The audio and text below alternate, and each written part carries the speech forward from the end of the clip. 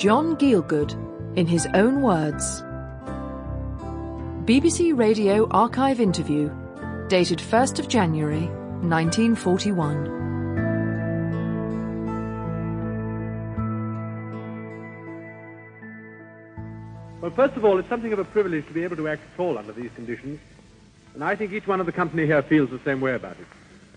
The difficulty is that life in London lately has become even more dramatic than anything you're likely to see or hear on the stage. Something of a paradox.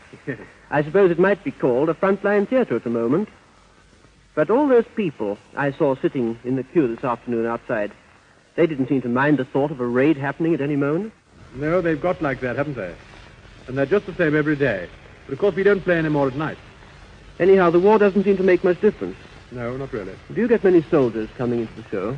Yes, we've had a lot of men from all the different forces. And they seem to enjoy the show more in a real theatre than the ones when they're herded together in the camp. For one thing, I expect they like it better because they're able to bring their girls with them. I bet they do. But I expect it's the atmosphere, really, the illusion of a real theatre, which gets them.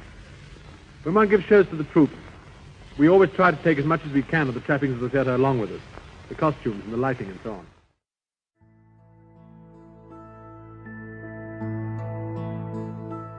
Great Acting. BBC Television, 12th of February, 1966.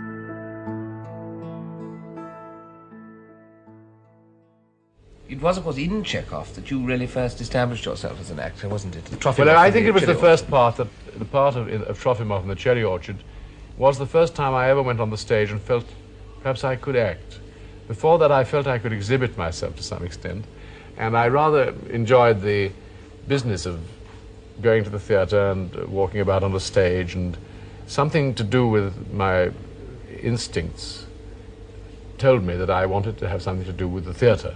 But really I wanted to design scenery, and I wanted to have something to do with the lighting and the movement of plays, which is what I admired most when I was a boy. And I think this really meant that I wanted to be a director, which since I've had the luck to become, as well as an actor. Acting to me is a responsibility and a great difficulty, whereas the feeling of work in the theatre has always been the easiest and most happy part of my life. But is it fair to say that your attitude to the theatre and your persona as an actor has always been a romantic one? I suppose it is true that. I always used it as an escape, I think. I'm a terrible escapist in life.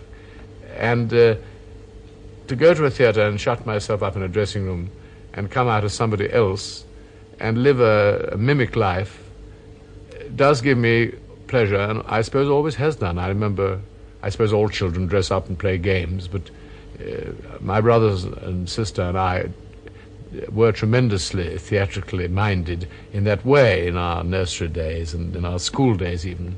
I was always living in some sort of fantasy world. Was the strong Teddy influence in your family, did it make it certain, really, that you were bound to be something to do with the theatre? I suppose it must have been. I was enormously englamoured by my family, particularly the ones who were acting still when I was a boy. And my parents didn't encourage this very much, although they were naturally very proud of it too. My mother was the theatrical one because she was a Terry, but my father, who was partly Polish, had a curious mixture of practical middle-class English realism mixed with a certain romantic panache. How did you prepare for your stage work in the theatre? I went to 2 dramatic schools, and my cousin Phyllis Nielsen Terry gave me a job as assistant stage manager and understudy in a tour she was doing of a play she'd played in London, and we did a 18 or 20 weeks tour of all the provincial cities. But one of the actors said, you ought to really go to one of the dramatic schools.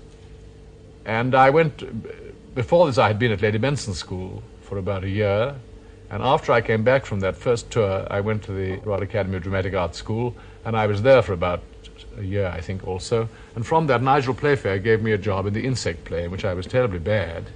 And it was rather wonderful to be with men like Playfair and J.B. Fagan, who I afterwards worked with at Oxford, because they were wonderful talent spotters. And at that time, I know I must have been very, very clumsy and conceited and silly and vain. And they kind of made one feel one had something, although they didn't spoil one. They didn't make you feel... Sample complete. Ready to continue?